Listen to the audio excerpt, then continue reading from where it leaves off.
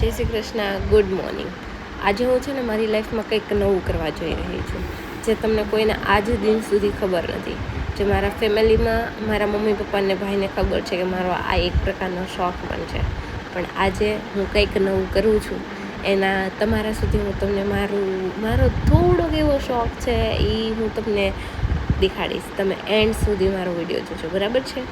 તો ફાઇનલી હું રેડી થઈને આવી ગઈ હતી સ્નેહ મિલનના સ્થળે, એટલે કે અમારા ગામનું શેખપીપરિયા ગામની સમસ્ત દીકરીઓનું પ્રથમ સ્નેહ મિલન જે આજકાલ છે ને બધા એમ કે બહુ ટ્રેન્ડમાં ચાલે છે નહીં. હા, પણ સખીઓને મળવા માટે કેવું કે આપણે સુરતમાં રહેલા છીએ, જે આપણા ફઈ ને એ છે ને એ બધા ગામડે રહેલા, અને ઘણાને તો કોન્ટેક ન હોય, બરાબર છે?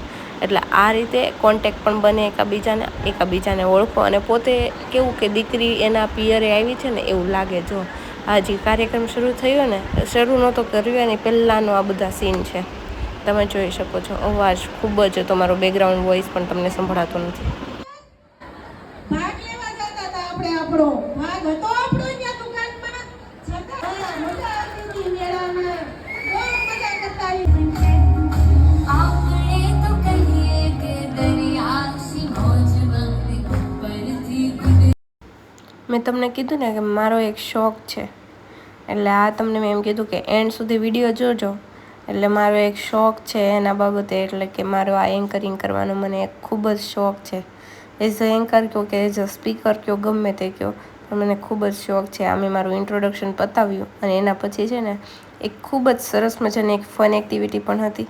પણ સ્ટાર્ટિંગમાં મેં એકબીજાને મળા આપ્યા, ત્યારબાદ કાર્યક્રમને આગળ વધારતા મેં એ લોકોને ફન એક્ટિવિટી કરાવી, અને એના ઉપરથી એક લેસન પણ હતું. એના માટે હું અલગથી એક વિડીયો બનાવીશ. પણ મારે અમારા ગામની બેનું દીકરીઓને ફઈઓને મારે એ જ કહેવું છે કે જો તમે અમારો વિડીયો જોતા હોય ને તો મને કમેન્ટ કરીને એ કહેજો કે તમને મારી ફન એક્ટિવિટીમાં કેવીક મજા આવી હતી, એટલે મને ખબર પડે કે મારું તમને પરફોર્મન્સ કેવું લાગ્યું.